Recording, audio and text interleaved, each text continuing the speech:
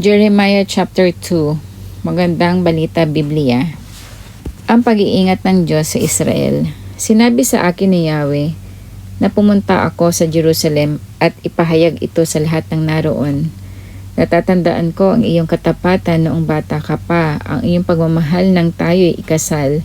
Sinundan mo ako sa gitna ng disyerto, sa gitna ng lupaing walang tanim na anuman. Ikaw, Israel, ay para kay Yahweh, ang pinakamainam na bahagi ng kanyang ani. Pahihirapan ng sino mang mananakit sa iyo, darating sa kanila ang mga kaguluhan. Akong si Yahweh ang nagsasabi nito. Ang kasalanan ng mga magulang ni Israel. Pakinggan ninyo ang pahayag ni Yahweh, mga anak ni Jacob. Sambahayan ni Israel, sinasabi ni Yahweh. Ano ba ang nagawa kong kamalian at ako'y tinalikdan ng iyong mga magulang? Sumamba sila sa mga walang kabuluhang Diyos-Diyosan, kaya sila'y naging walang kabuluhan din. Hindi nila ako naalala kahit ako ang nagpalaya sa kanila mula sa Ehipto. Pinatnubayan ko sila sa malawak na disyerto, sa mga lupaing bako-bako at maburol, sa isang tuyo at mapanganib na lugar na walang naninirahan at nagnanais dumaan. Dilala ko sila sa isang mayamang lupain upang tamasahin nila ang kasaganaan niyon. Ngunit dinungisan nila ang ibinigay kong lupain dahil sa karumal-dumal nilang mga gawain. Hindi man lamang nagtatanong ang mga pari, nasaan si Yahweh? Hindi ako nakikilala ng mga dalubhasa sa kautusan. Hindi sumusunod sa akin ang mga pinuno. Nangangaral ang mga propeta sa pangalan ni Baal, sumasamba at naglilingkod sa mga Diyos-Diyosan. Sinambatan ni Yahweh ang kanyang bayan. Kaya't muli kong susumbatan ang aking bayan at uusigin ko hanggang kaapu-apuhan.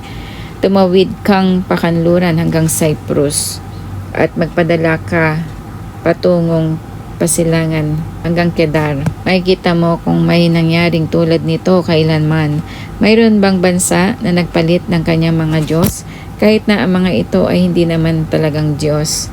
Ngunit ipinagpalit ako ng bayang aking pinarangalan at sila'y sumamba sa mga Diyos-Diyosang wala namang kabutihang magagawa para sa kanila. Kaya manginig kayo sa takot o kalangitan. Manggilalas kayo at manghilakbot.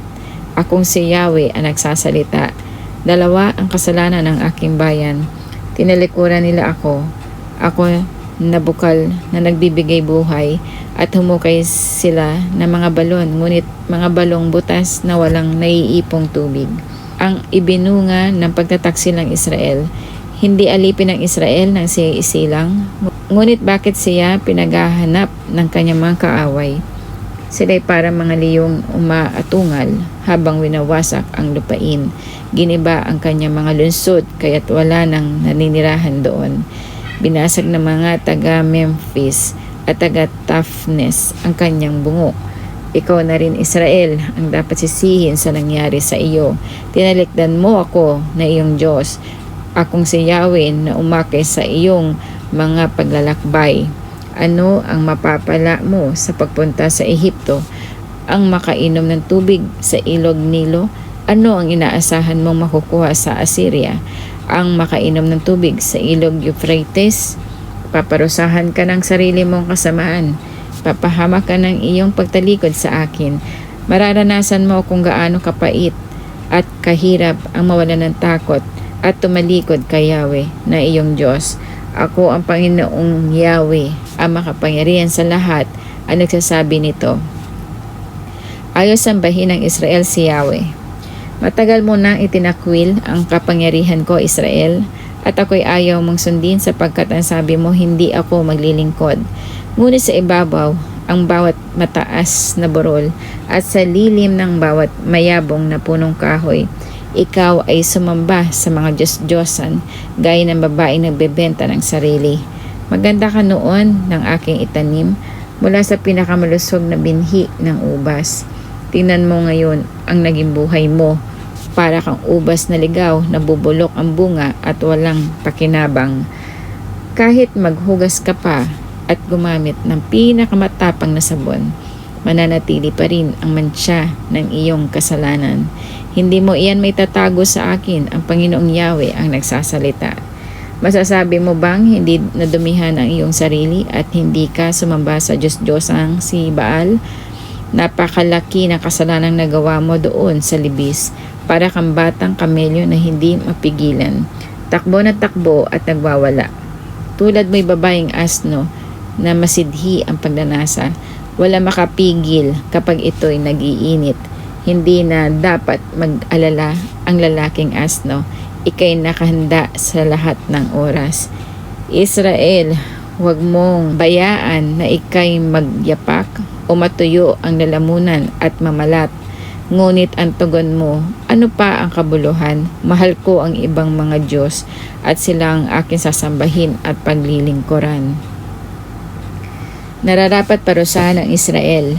Tulad na magnanakaw na napapahiya kapag nahuli, kayong lahat na sambahayan ni Israel ay mapapahiyang gaya niya.